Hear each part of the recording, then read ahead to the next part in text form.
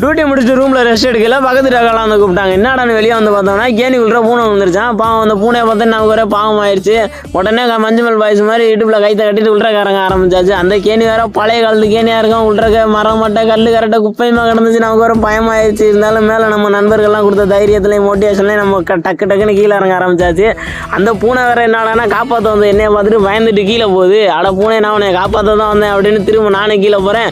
அது என்னைய பார்த்துட்டு திரும்ப பயந்துட்டு மேலே வந்துருச்சு. இது என்னடா சத்திய சோதனையாக இருக்குது, வெயில் வேறு ஏற்கனவே மண்டையை புழக்குது, இதை எப்படியாவது நீ காப்பாற்றாம போகிறது இல்லைடான்ட்டு நானும் மேலே போகிறேன். கடைசியில் ஒரு வழியாக சாக்கு விட்ற போட்டேன் நான். அது பார்த்தா சாக்கையே பிடிச்சிட்டு பராண்டி எடுக்குது. அது வரல கையை கடிச்சிருச்சுன்னா அங்கேருந்து விட்டுருவேன் நான் வேறு பயத்தில். அதனால் இன்னொரு பை வாங்கி அந்த பையுக்குள்ள அந்த பூனையை போட்டு நல்லா இருக்க கட்டினதுக்கப்புறம் மேலே இருந்து குச்சி வழியாக பூனை ஒரு வழியாக சேஃப் ஆயிடுச்சு. முடிஞ்ச அளவுக்கு இந்த மாதிரி ஓப்பன் ஏரியாவை க்ளோஸ் பண்ணி எதுவும் விழுவாத அளவுக்கு பார்த்துவாங்க. இது மேலே இருந்து எல்லோரும் கயிறு போட்டு ஹெல்ப் பண்ணதுனால மட்டும்தான் முடிஞ்சிச்சு. என் ஒரு ஆளால் முடிஞ்சிருக்காது. அதனால் தேங்க்யூ டு ஆல்.